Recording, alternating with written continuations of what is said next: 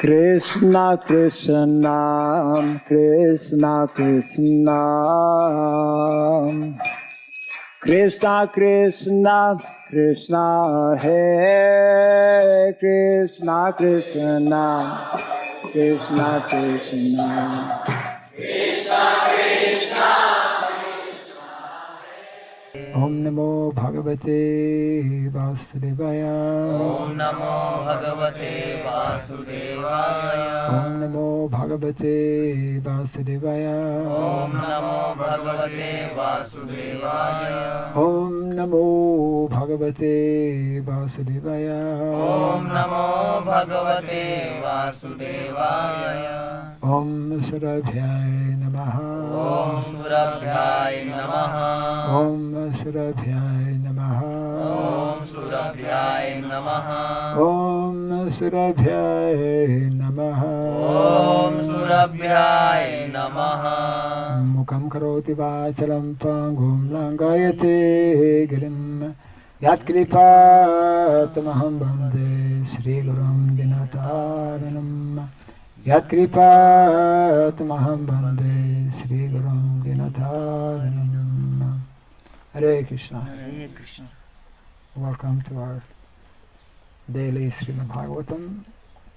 We are reading from Canto number 1, chapter number 1, entitled Questions by the Sages.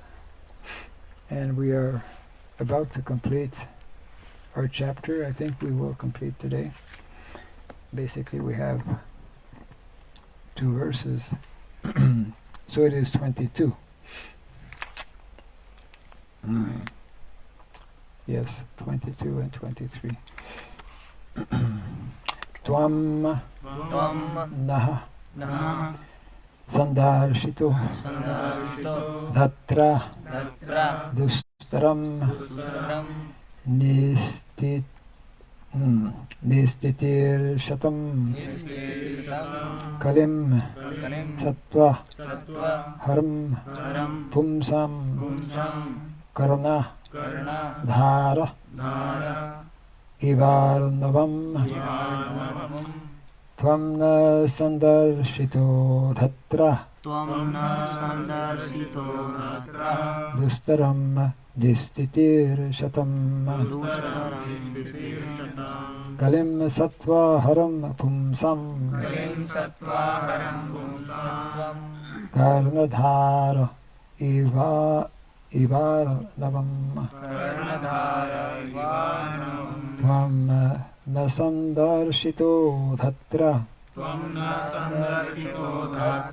Dustaram Distitir Shatam Kalim Sattva Haram Pumsam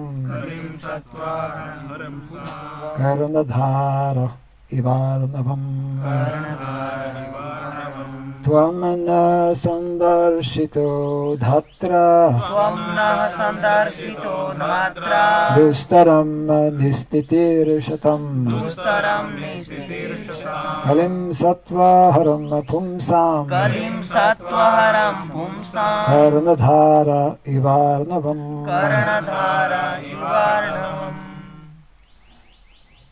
Tvamna Sandarsito Dhatra Dustaram Nistitir Shatam Kalim Sattvaharam Pumsam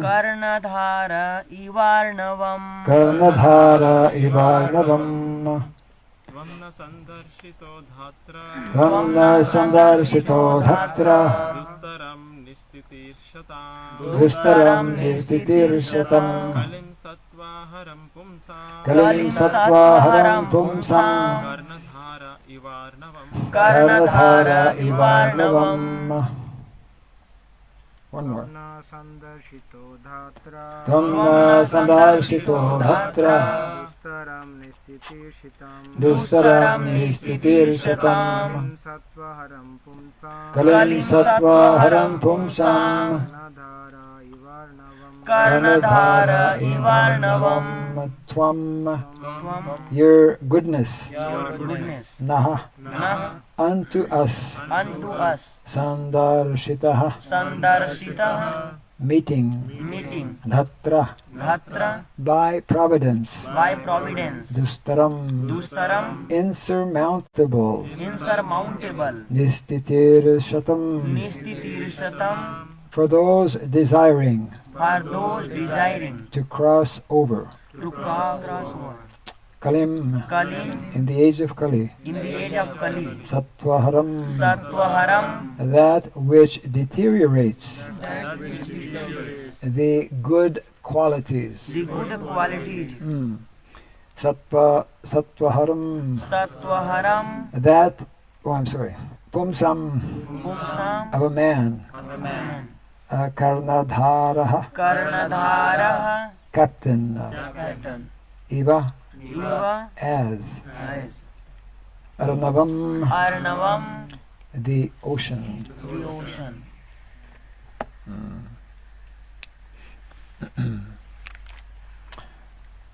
Translation and purport by His Divine Grace A.C. Bhaktivedanta Swami Srila Prabhupada ki. Jai.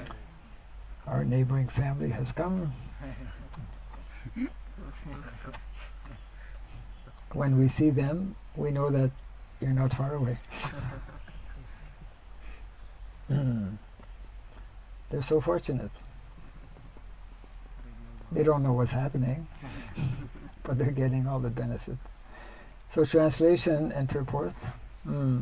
We think this is the continuing narration of the sages at Naimisharanya who are addressing Sutta Goswami. We think that we have met your goodness by the will of providence, just so that we may accept you as captain of the ship for those who desire to cross the difficult ocean of Kali, which deteriorates all the good qualities of a human being. Kindly repeat after me. We think We think that we have met that we have met your goodness your goodness by the will of providence, by the will of providence, so that we may accept you so that we may accept you as captain of the ship as captain of ship for those who desire for those who desire to cross the difficult ocean to cross the difficult ocean of Kali, of Kali, which deteriorates which deteriorates all the good qualities all the good qualities of a human being. of the human beings. Very famous verse, I'm sure you've heard it before. Purport. The age of Kali is very dangerous for a human being. Human being, or human life rather, is simply meant for self-realization. But due to this dangerous age, men have completely forgotten the aim of life. In this age, the lifespan will gradually decrease. People will gradually lose their memory, finer sentiments, strength, and better qualities. A list of the anomalies of this age, for this age, is given in the 12th canto of this work. And so this age is very difficult for those who want to utilize this life for self-realization. The people are so busy with sense gratification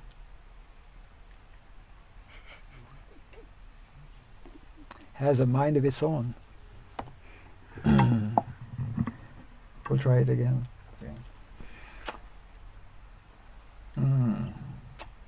The people are so busy with sense gratification that they completely forget about self-realization. Out of madness, they frankly say that there is no need for self-realization because they do not realize that this brief life is but a moment on our great journey towards self-realization. The whole system of education is geared for sense gratification. And if a learned man thinks it over, he sees that the children of this age are being intentionally sent to the slaughterhouses. This is where it comes from. Are being intentionally sent to the slaughterhouses of so-called education. Learned men, therefore, must be cautious of this age, and if they at all want to cross over the dangerous ocean of Kali, they must follow the footsteps of the sages of Naimisharanya and accept Sri Sutta Goswami or his bona fide representative as the captain of the ship. The ship is the message of Lord Sri Krishna in the shape of Bhagavad Gita or the Srimad Bhagavatam. Translation again. We think that we have met your grace by the will of providence, just so that we may accept you as captain of the ship for those who desire to cross the difficult ocean of Kali, which deteriorates all the good qualities of a human being.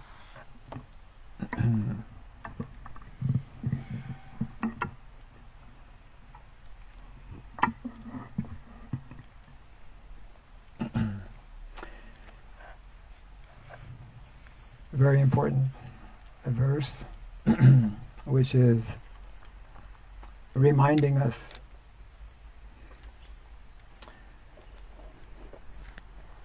of the great danger we find ourselves in the material world, especially during this Kali Yuga.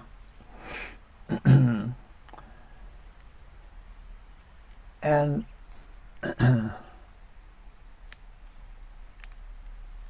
also reminding us that the primary purpose of life is first and foremost that of self-realization. Some of us, that was my situation, when we looked at religious people in America, of course, it's like priests or brothers. They have priests, brothers, or I guess in India, yogis or sadhus. One would think that self-realization is especially for them, but actually self-realization is for everyone. Everyone, just like in the Bhagavad Gita, Lord Krishna speaks about sannyas yoga. So sannyas, as we know, means to become detached. To become detached from this material world, to become detached from activities of sense gratification, to become detached from material desires, knowing, if we read the Bhagavad Gita and Srimad Bhagavatam, we come to know that the more we remain on that material platform of material intelligence and material mind, then our material desires can never be satiated. Because no amount of sense gratification can bring us the kind of solace, the kind of happiness, the kind of satisfaction that we are actually looking for. And therefore, again, in the second chapter of the Bhagavad Gita, Krishna very nicely, and in numerous verses as well, explains this point very clearly, very nicely, that we must rise to the level of transcendental intelligence. Material intelligence is many-branched, unlimitedly, just like we see how in modern day society, especially with all kinds of facilities, there's no end, seemingly, to all kinds of varieties of sense gratification. And we come to know from, well, not only from reading but from personal experience, that the more we remain on that platform, the more we engage in activities of sense gratification, thinking, falsely thinking, that we will be happy, the more we are actually increasing our suffering in the material world. Very difficult to explain this actually to ordinary people. Because they are thinking, well, I'm enjoying in different ways. But that enjoyment is actually binding us, is binding the living entity more and more, and creating karmic reaction. And of course, in that second chapter, Lord Krishna also nicely explains that by the cultivation of proper knowledge, by developing this higher consciousness, one learns to put an end not only to negative karmic reaction, but also to positive karmic reaction. In other words, bad karma and good karma are both bad. So therefore, pious activities which creates good karma is bad in the ultimate issue, because it is keeping us in the material world. I mean, at best we can go to somewhere in Swargaloka, but that's still in the prison house of the material world. So this is the unique and very special feature of the Vedic culture, is that it prepares individuals even before we are born, even before we take birth. If we are fortunate to be having Vaishnava parents, Krishna conscious parents, they will be chanting Hare Krishna, they'll be hearing Srimad Bhagavatam, they'll be having darshan of the deities, and little me inside their tummy doesn't know all the good benefit that I'm getting. I mean, so Vedic culture, which is, I mean, if we look at modern day culture, it's like the difference between a night and day, practically. And therefore, for most people, the subject matter of transcendence is initially not so easy. But somehow if we, Prabhupada explains how Shraddha is, of course, means faith, but that faith may not be very strong initially. Even if we can develop at least some kind of curiosity to find out. Of course, everyone sitting here is more than curious. You become devotees, chanting the holy name. But for most people, again, especially in Kali Yuga, so the sages here are expressing how greatly fortunate they are, by some great mercy we think we have found your, actually it's translated differently. I've heard mostly, we think we have found your grace. Now here it says your goodness, same, you know. We are so fortunate we have found a personality like you who is fixed on the goal of life. And it's not the, I used to think when I was young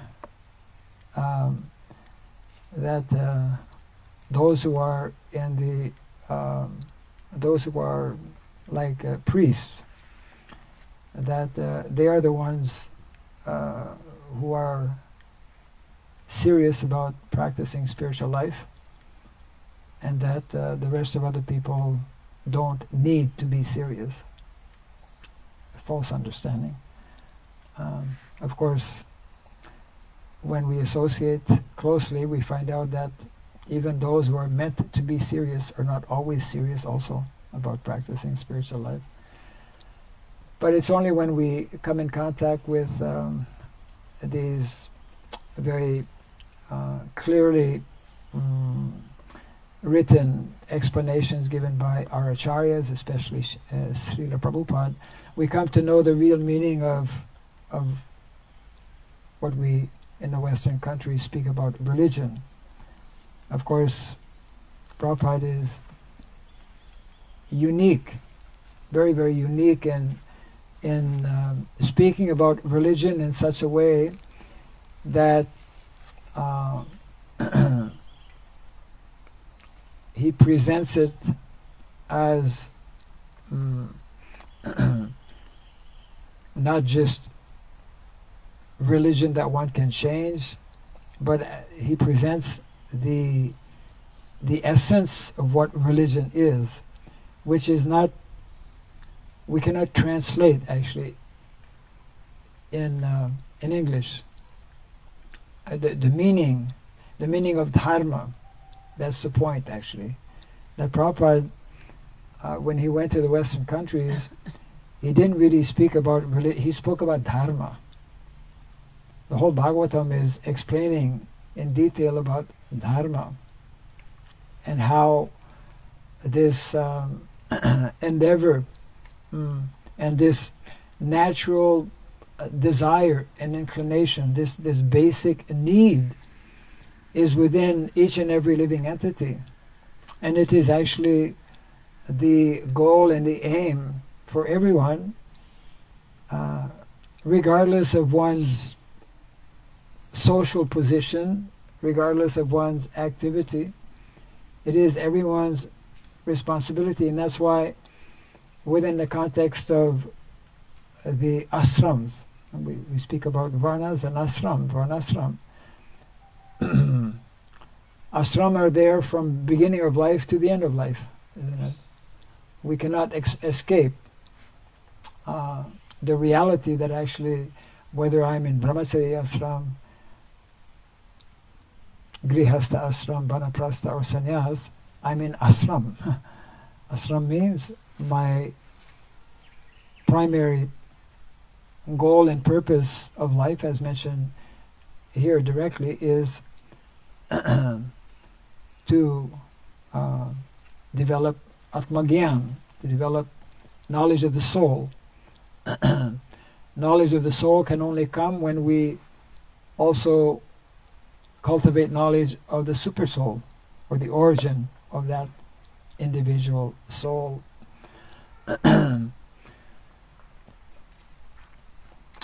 One devotee was recently mentioning how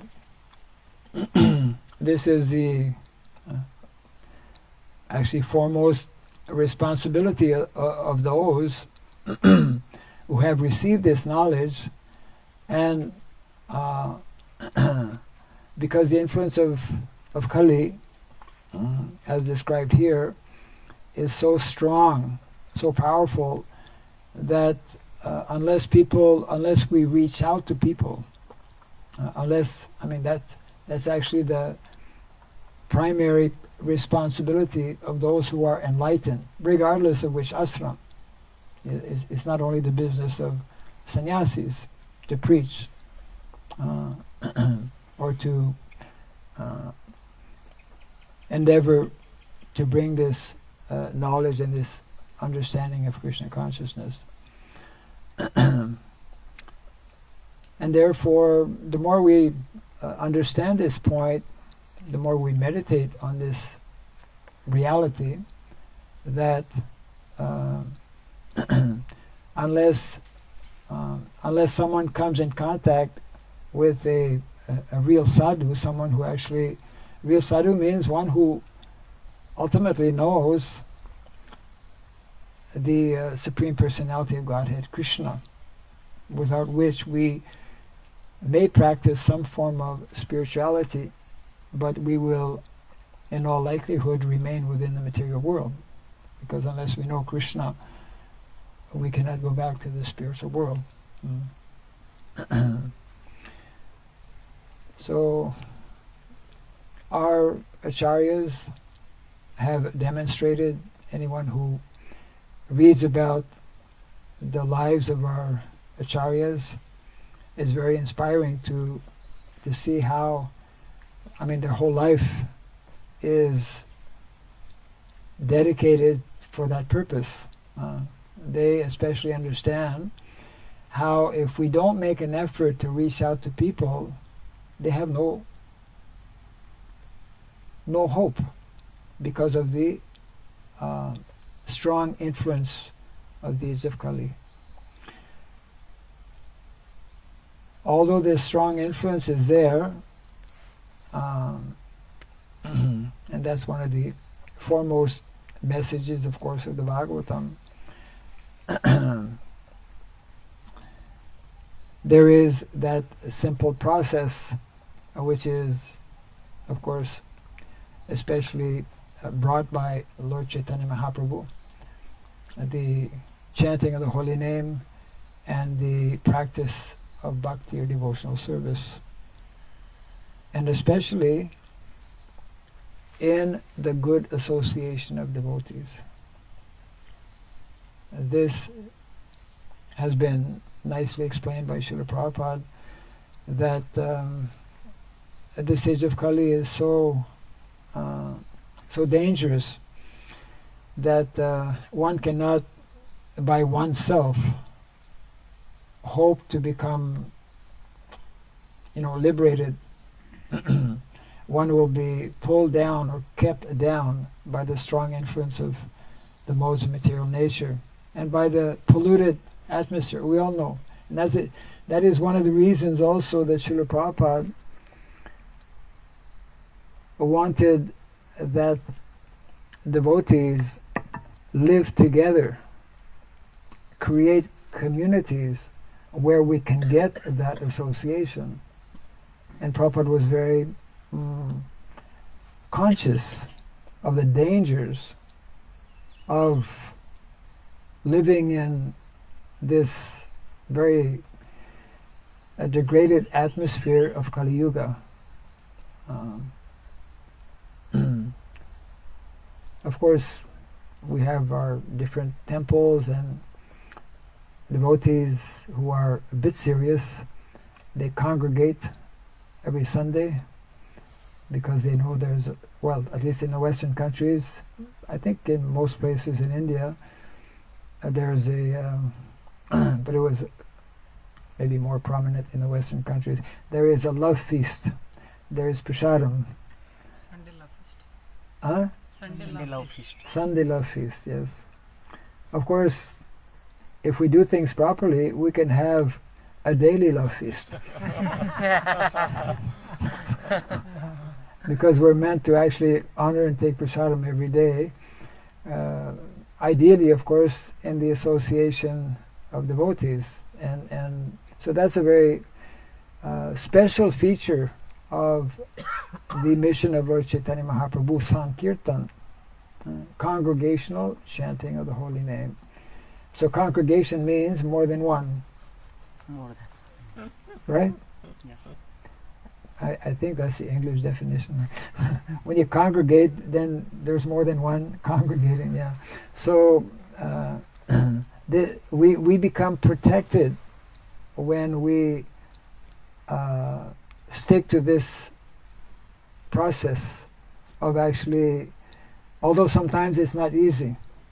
Sometimes even devotees will say, it's easier to be with karmis than to be with devotees. And sometimes we may be convinced of that, but we don't understand that actually it's for our purification, that bhakta so-and-so is like that, or my president is like, whatever it may be. Because what we fail to understand is that we're all carrying, we all carry our bag of karma. And we have things to work out with different entities that we associated with whom we associated in the past. We may go away, but the karma won't go away. At some point we have to deal with it. Because nothing happens by chance. It's not by chance that we meet or that we are born in a particular family, or that we encounter this person or that person, whatever. All that is happening to us, there's a explanation and a reason behind it. And it's like impossible for us to sort all of that out. And if we attempt to do that, we'll probably become crazy. So we should not add to the craziness of the material world, of Kali Yuga. It's already crazy. And therefore devotee, which is one of the first instructions that Krishna gives in the Bhagavad Gita, in the 2nd chapter, that one needs to tolerate all kinds of situations. Kali Yuga especially, we have to tolerate people, we have to tolerate devotees sometimes. We have to tolerate especially our own mind, our own uncontrolled mind. So in other words, again, this is a very basic and important instruction that Krishna gives in the Bhagavad Gita that we tend to forget so easily, that we should utilize our higher with the higher self we learn to control the lower self. With the intelligence we learn to control the mind. So this comes back to the point we were hearing a few days ago, how we must learn nicely the philosophy of Krishna consciousness as presented in the Bhagavad Gita, and with very nice explanations given by our acharyas, especially Srila Prabhupada. And one of the best ways by which we can be protected and remain protected, in addition to being in the association of devotees and chanting the holy name, because it's a Yuga Dharma, what is also very important is to be engaged in some preaching activities, understanding what our founder Acharya especially is endeavoring to do, what he's wanting to do, to bring people to Krishna consciousness. And of course, building Gurukulas is one of those ways, which is preaching, because it is creating a situation, creating an atmosphere where individuals can come and from an early age be saved from all of the craziness that is ongoing. I mean, I don't have statistics with me, but I'm sure everyone will agree and also knows how, because of the very bad influence, bad atmosphere in which we are living, the most vulnerable are actually the young people, isn't it? Because young people are innocent. I'm talking, from very young age. Young people means children. Young people also means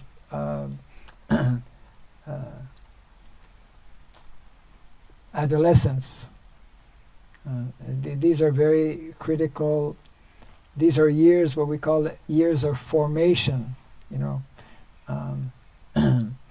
It is Brahmacharya. Brahmacharya life means student life, and Prabhupada would explain that actual Brahmacharya life means that one practices celibacy until he actually gets married. Until, and in the Vedic culture, one would be married generally after one's studies by the age of 20 or so. So it means for the first 20, even up to 25 years, one is in the Vedic culture, when one is fortunate to be born in that kind of culture and surrounded by individuals who are practicing spiritual life, then one actually becomes protected.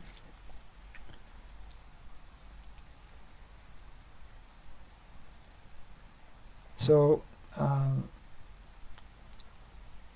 one of many things we are endeavoring to do in the Krishna consciousness movement is to re-establish such kind of situation where those who are born will be surrounded by caring and responsible Krishna conscious individuals who will be able to protect them, give them the proper training, and in this way they will become ideal individuals who will know from the beginning of life that the purpose of life is to become self-realized, and they'll learn to be content and to be satisfied, and will not be allured by all of the distractions that the material world is giving.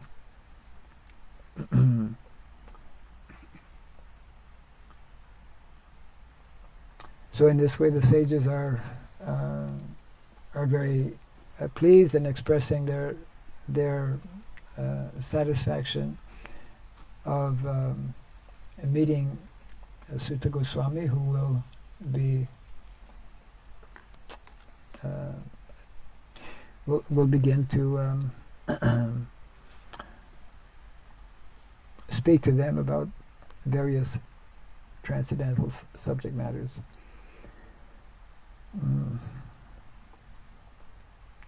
We will keep, let me see here.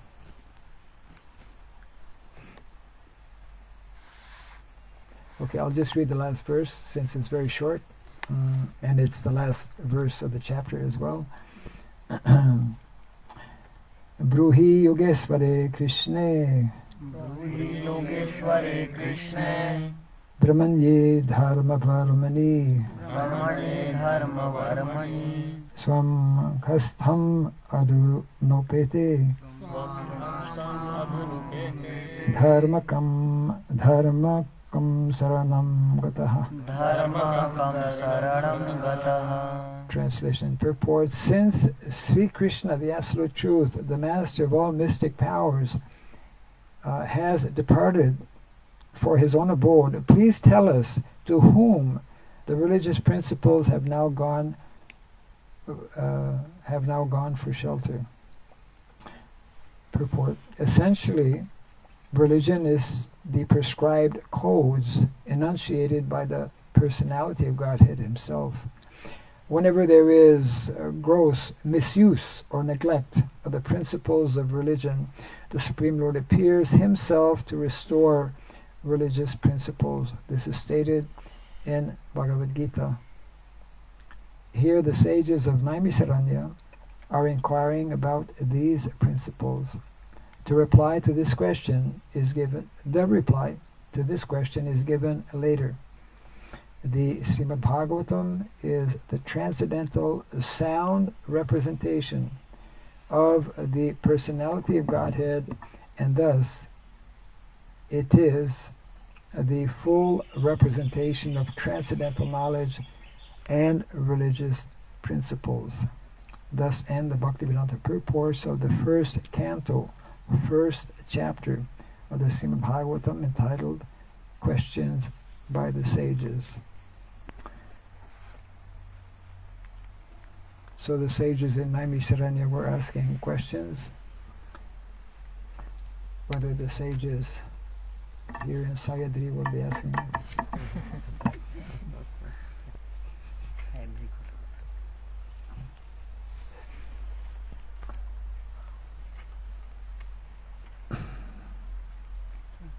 Yes.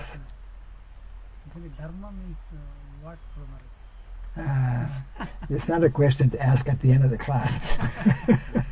It's a wonderful question that is meant to be dealt with at the beginning of a class, because then you have time to explain what is Dharma. One nice way to understand, a simple way to understand what is Dharma. Dharma is what is natural to us. Dharma has to do with what is our nature. Our nature. Yeah. Our nature. Your nature, his nature, my nature, our nature. So,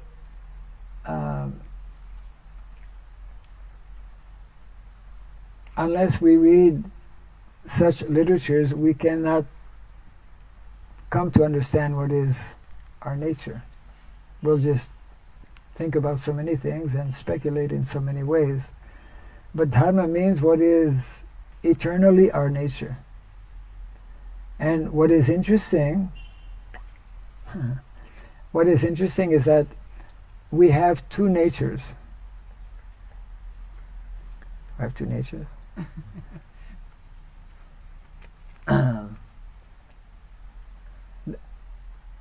In other words, Dharma is meant to be understood, just like we say Lord Chaitanya in 5 features. Lord Chaitanya is understood in 5 features, isn't it? Panchatattva. So Dharma is meant to be understood in 2 features, both of which have to do with eternal, natural, scientific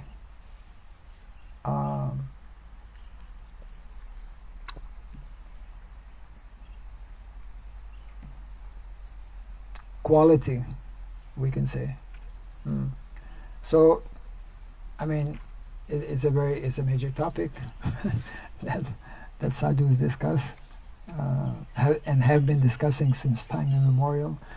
So, the Bhagavatam is that book, that transcendental literature, we say par excellence, means there's no better literature, no higher explanation given as to what is or what are these 2 natures of the living entity. Actually, living entity has one nature, one spiritual nature, which is Bhagavad Dharma, which is we call Sanatan Dharma, which is Bhakti, spiritual. But for those living entities who have come in this material world, we have to deal with another nature, which is not our original nature. We have to deal with the material nature. We have to deal with the material world. What most people absolutely don't know, and what unfortunately many of our devotees also don't understand, they may know about it but they don't understand generally, is that there is a particular material arrangement that Krishna has given or arranged. Krishna has created a natural way to deal with the material world, to deal with this material body. to deal with the material energy. And in the same way that until and unless we come to know about our spiritual nature, until we come to know that we're spirit souls, we can never be happy. Similarly, as long as we fail to understand what is our material, what is that material arrangement and system that Krishna has created for us, we'll also remain miserable and confused. So on the material level, that arrangement is Varnasrama Dharma. Varnasrama Dharma, when it is performed for the pleasure and satisfaction of Krishna, it becomes spiritualized. When we perform that kind of Varnasrama, that becomes what is called Daiva Varnasrama. So our acharyas wanted us, all of us who are here in the material world, means everyone sitting here, all of us, to know that Krishna has created this material world with this vehicle, with this process. And the more we follow that process, the more we fit into that process, the more we harmonize with that process, we'll be happy. We'll be happy. Why? Because that process, that arrangement, facilitates our spiritual practice. It helps us to make more, creates a more favorable situation by which we can practice our spiritual nature, or evoke, or awaken our spiritual nature. And that's why we can see in modern day society we are missing out on our spiritual nature, and we're missing out on our material nature. And therefore the world is in chaos, and people are just totally miserable, suffering like anything.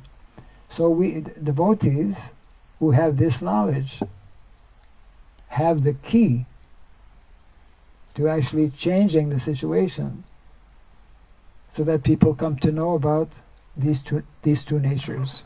And these two natures are directly connected with Dharma.